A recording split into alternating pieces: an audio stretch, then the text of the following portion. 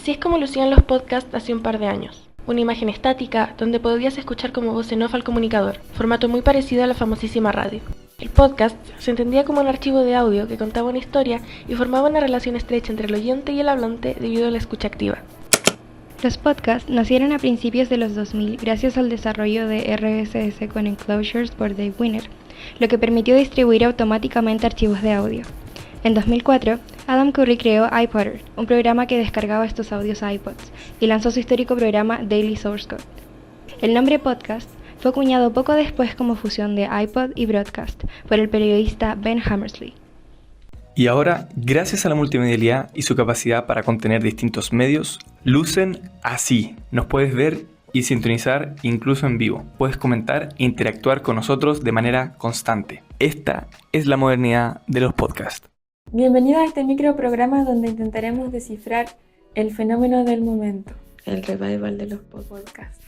A través del concepto de multimedialidad, los autores Guayar, Rovira y Ruiz lo explican en el contexto de la prensa digital como la utilización conjunta de las formas básicas de información, texto, sonido, imagen fija y animada, en un mismo entorno, recursos o herramientas que son empleadas para comunicar a través de un medio de manera más dinámica. Dado lo anterior entonces, ¿cómo ayuda la multimedialidad a potenciar los podcasts?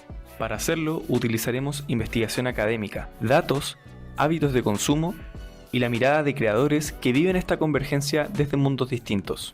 El primer estudio que revisamos, de García Marín, explica algo clave para entender este resurgimiento. El podcast moderno ya no es un medio puro, es un hipermedio. Explica que el podcast dejó de ser un formato lineal y cerrado. Hoy funciona como un nodo dentro de un ecosistema mucho más amplio, un contenido que migra, se adapta y circula.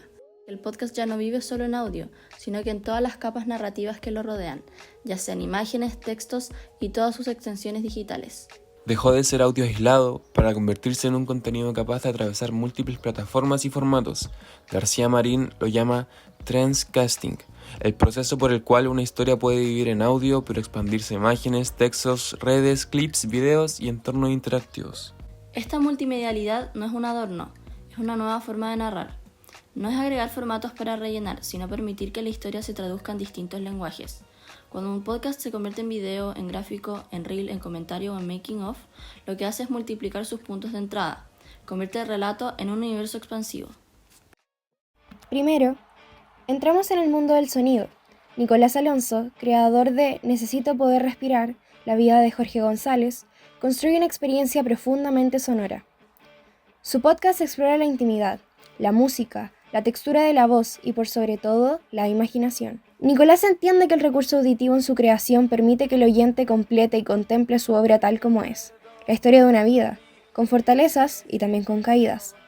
Un recordatorio de que la multimedialidad no significa abandonar la esencia, sino usarla con intención. El surgimiento de esto sí me permite contarla en audio, y de hecho creo que en audio es mejor porque es un personaje muy sonoro que vive en un mundo como de sonido y que le hace mucha justicia a su música, todo que sea en formato podcast. Yo creo que a quienes nos gusta contar como periodismo narrativo, más centrado quizás como en los personajes que en la noticia. Sin embargo, bueno, el video ha entrado mucho en lo que se llama como video podcast. En los conversacionales a la gente le gusta mucho ponerlos de fondo, escuchar, mirarlos de reojo. Yo no estoy seguro de que lo hagan por el video. Me parece que está haciendo cosas y mirará porque es divertido y qué sé yo. Pero me sigue pareciendo que lo importante es el audio. El segundo estudio, Brick 2025, nos ofrece la otra mitad de la ecuación, la de los hábitos y la tecnología. Hoy las personas escuchan podcasts mientras hacen otras cosas. Caminar, cocinar, estudiar, entrenar. Pero al mismo tiempo quieren ver el gesto, ver la reacción o ver el set. La audiencia actual es multitarea, multiformato y multiplataforma. Y a eso se suman las nuevas herramientas: edición automatizada, subtitulado instantáneo, clips generados por IA, distribución inteligente.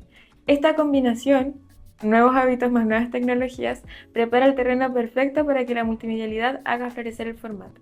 Nadez Dacea, exalumna UC y psicóloga de Centro Mosaico en Las Condes con un enfoque cognitivo-conductual en jóvenes, nos introduce cómo los podcasts y su multiplicidad de formatos se unen a sus hábitos y estímulos en su vida personal y profesional. Bueno, al menos como la línea de podcast que yo escucho, hay harto de contenido de entretención y también mezcla como lo informativo, como la contingencia, y te distrae, entonces sirve harto la verdad para eso, y además uno tiene que estar atenta a lo que se está escuchando, entonces también hace eso como en el fondo cualquier cosa o cualquier problemática que uno tenga como en la vida diaria, se disipe al estar concentrada y enfocada como en la temática del podcast.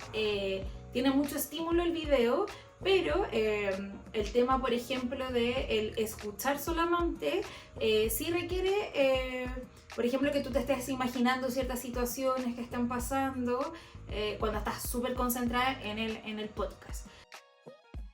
Entonces, ¿cómo ayuda la multimedialidad al potenciamiento de los podcasts? Le da nuevos lenguajes narrativos, le permite vivir en múltiples plataformas, se adapta a hábitos modernos y se facilita su producción.